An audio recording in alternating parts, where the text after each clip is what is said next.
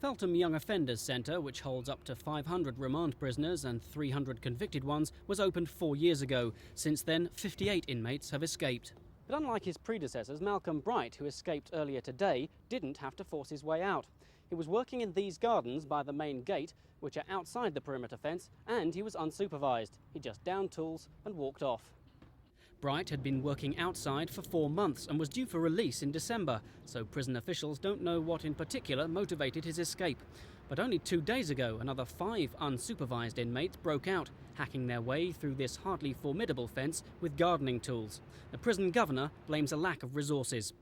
What I'm asking for is a significant increase in my staffing level so that then we can man the place the way I need to.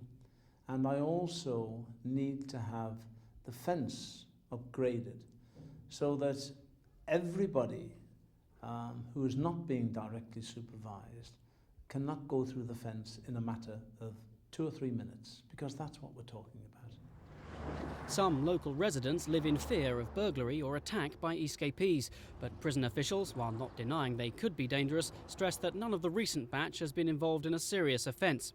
But Feltham has an unenviable record in other respects. There have been 4 suicides there in the recent past, and one prison officer told me that bullying in the prison is systematic and terrifying.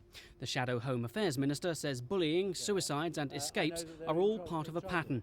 I've asked, and I asked before the election, for a full immediate inquiry by Stephen Tumin, the judge who is also Her Majesty's Inspector of Prisons, because something is wrong, it needs being sorted out. And I think Stephen Tumin is the person to do that. Feltham's governor accepts that there is a bullying problem, but said there's no evidence to link that to the recent spate of breakouts.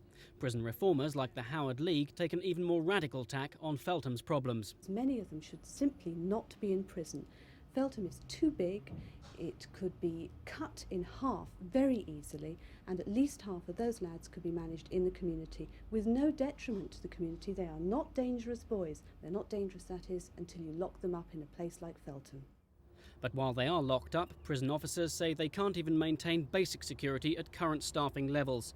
The Home Office declined to put up a spokesman, but pointed to a number of recent initiatives, including the use of closed-circuit television, to reduce bullying. David Strawn for Thames News.